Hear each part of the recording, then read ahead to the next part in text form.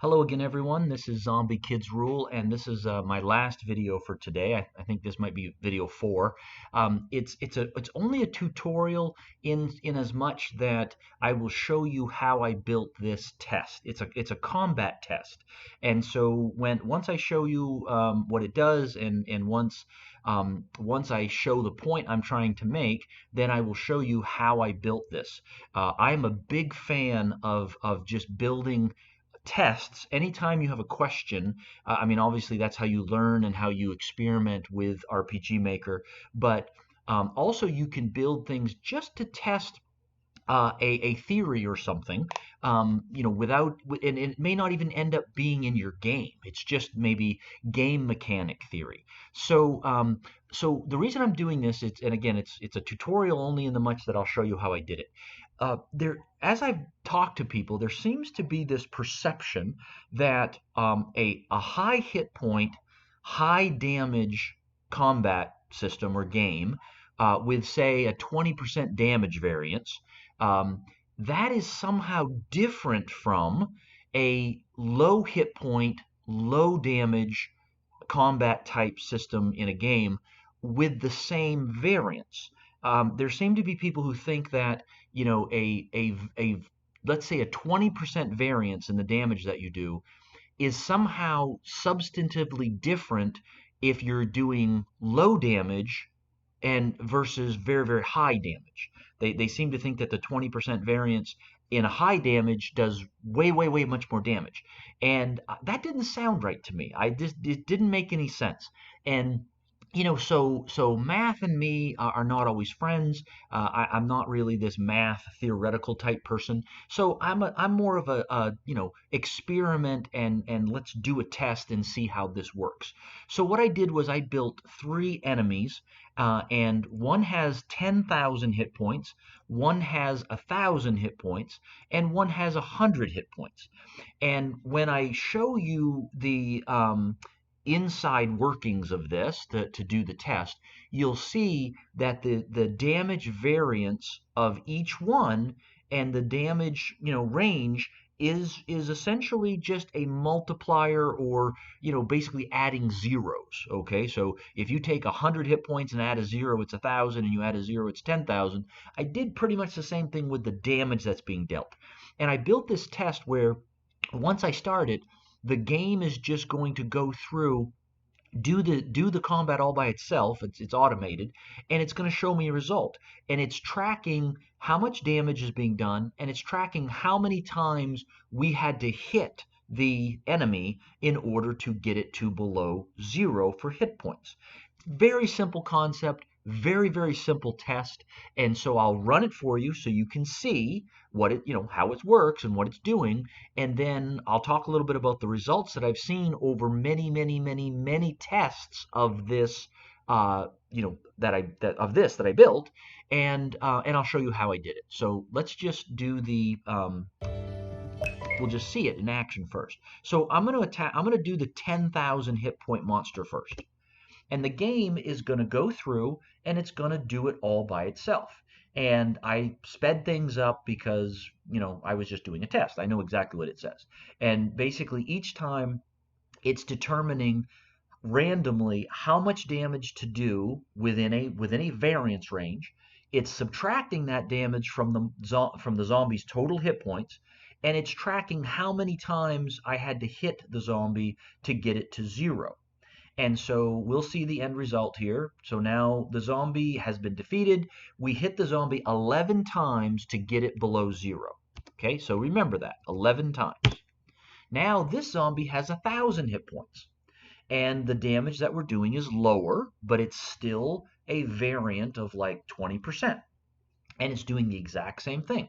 The combat is automated, and there's nothing in here about to hit percentages and evasion and defense and all that other stuff, because this is just a test of how many times you need to hit an enemy to achieve the same end result. And so now we're at the end, and look, interesting. The zombie's defeated. We hit the zombie 11 times to get it below zero. That's exactly the same as 10,000. So let's go and see what happens when our zombie only has 100 hit points. and we do less damage each time. And again, the variance is the same. It's a 20% variance for the damage range.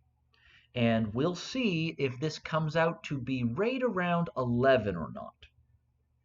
And what I will tell you is that I tested this over a series of like, I don't know, I think I ran this test like 30 times to see the average of what I would get.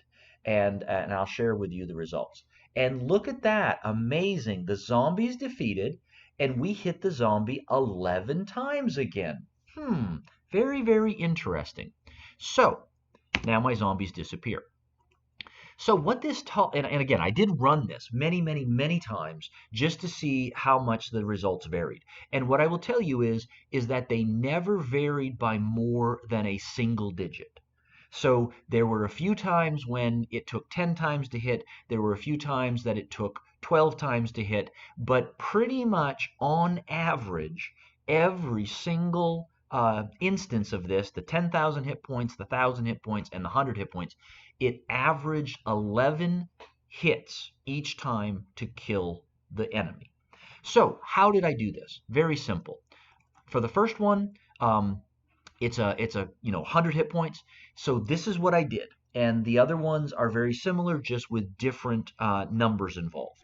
And all it did was I took a control variable, zombie hit points, and I said it's going to equal 100 right now. So when I start the combat, zombie hit points equals 100. Then I took another control variable, number of times hit is going to equal 0, because I want to restart the counter so that I can track how many times we hit this zombie. And then I create a loop.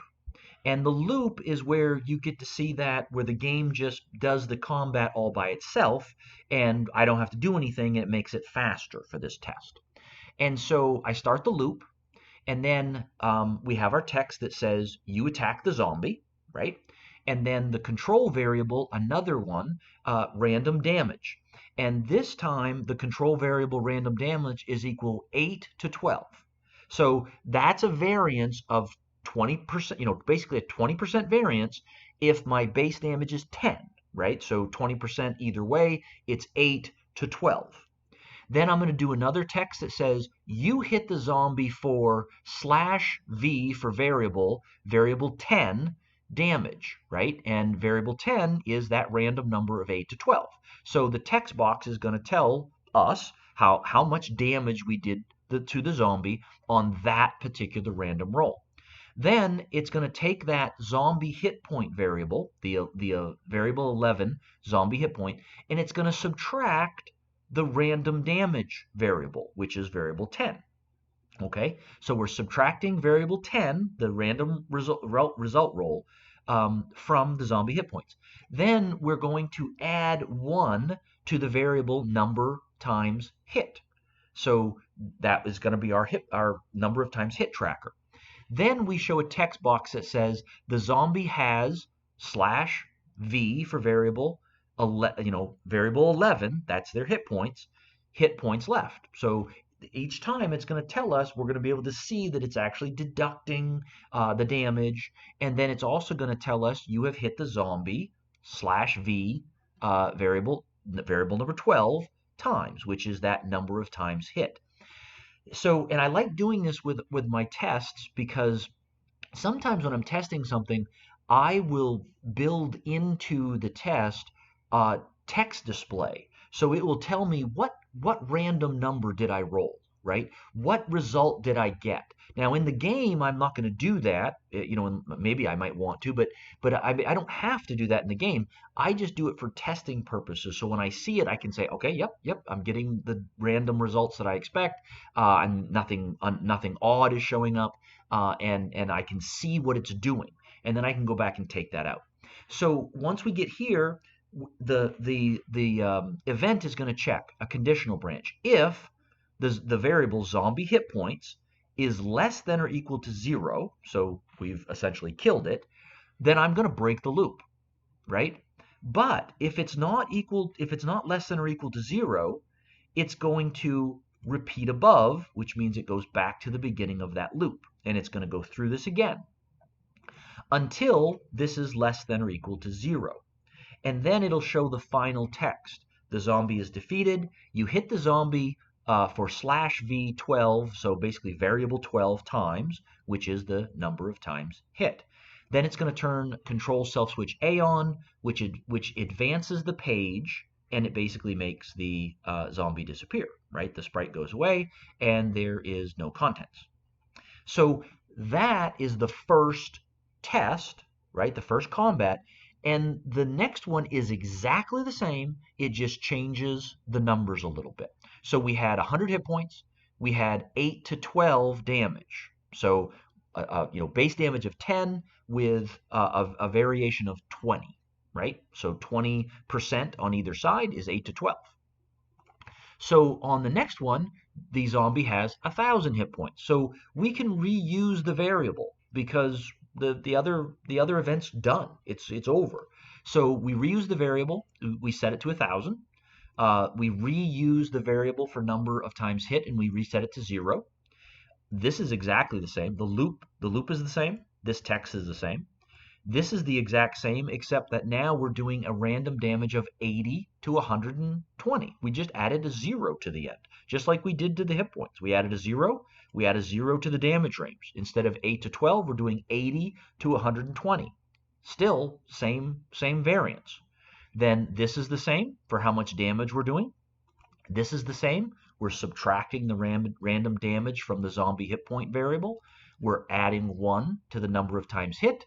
This is exactly the same, and this is exactly the same. It's checking to see if the zombie hit point variable is less than or equal to 0. If it isn't, then we're gonna if it isn't, we're gonna go we're gonna repeat above, and the loop continues. If it is, we're gonna break the loop, which will cause it to drop down here. This is exactly the same, showing us that final count of how many times we hit the zombie. Turning self switch A on, which advances the page, which makes the zombie disappear. So guess what? The next event is exactly the same. We add a 0 to the hit points, making it 10,000. We reset the number of times hit. This is the same. This is now 800 to 1,200. So it's exactly the same damage range, just with higher values. Then we repeat this. Again, we subtract the damage done from the zombie hit points. We increase the number of times the zombie's been hit. We display to the person watching how much hit points is left and how many times we've hit the zombie. We check to see if the zombie hit points is less than or equal to 0. If it is not, it will repeat above. If it is, it will break the loop, dropping down here, and it will show us our last thing of you hit the zombie however many times. Control self switch A is on, advances the page, and takes the zombie away. Now, why did I do this? I did this because I am one of those people, and I've stated this on the RPG Maker web forums and discussions and things. I'm one of those people who really doesn't like high hit point, high damage games. They just turn me off. I really just don't like them. I don't like seeing enemies with 50,000 hit points and a single attack doing 1,000 damage. For me, that's not appealing. I am an old gamer. I started with the very old pen and paper Dungeons and Dragons before there was even computers. We didn't have computers back then. So I'm used to the old games, and when computer games first came out, they were modeled after the pen and paper Dungeons and Dragons. So you had very low hit points, you had very low damage rolls. That's what I'm used to, and that's kind of what my experience has been for the past 3 decades now, or more. And so that's what I like, and so I was pursuing a question of, can you essentially take a game that has these super high hit points, super high damage, and convert that into a lower hit point, lower damage type system using scripts? And then that got into the conversation of, well, but with the higher hit points and the higher damage, the variance is greater, and you get a different end result. And I was like, no, I don't think that's true. So anyway, that's how I built it. That's the test. And if you want to stick around and watch it, I'm going to run it one more time. and you'll see it should be roughly around 11 hits for each each zombie, right? And you can find different things to do with this type of test. You can set something up where you want to test something in your game, and again, have it display what it's doing. Have it show you. You may not do that in the game when you actually have a player, but as the tester, you want to see what is my random roll. If I'm doing random rolls, what was it? What was the roll? And did it then do what I expected it to do for that random roll? And look at that, it's 11 times. Very curious. So let's do this guy. And so that's one of the things that I do. And I will often have that text displayed to me just so I can see what's happening, and then, of course, remove it. Now, this is also just, an example. I could have done this fancier. So I could have put pictures in here when the of the Reed and of the zombie, and I could have done attack animations, and I could have done sound effects. But what I really wanted was just to see what this test reveals. Now this one was 10 times. Remember how I said it was usually off by no more than one? So that was 10 times instead of 11, and that was the 1,000 hit point option. And so now we'll see what this one does. And again, so if you wanted to, you could do something like this, and you could make it fancier, and you could even do a battle system outside of the regular battle system of RPG Maker. So I know lots of people do all kinds of interesting things with battle systems. So let's see what this is, and this is going to be 11 times. Yep, just like that. So once again, for this particular test, the 10,000 zombies took 11 hits, the 100 hit point zombie took 11 hits, and the 1,000 hit point zombie only took 10 hits. So again, folks, if this was helpful for you, that's great. If you learned something from, how I built the test, or if you learned something about maybe different ideas of how to test your game with different things, and maybe have it display things for you that you want to see to make sure it's doing it right, even though you may not show that to the player, that's awesome. And if you have any comments about this test, if you have any comments about my math theory, go ahead and leave them. Like I said, to me, I think this shows that as long as you use consistent hit points compared to consistent damage, consistent, the variation of the damage, it really comes out to be the same.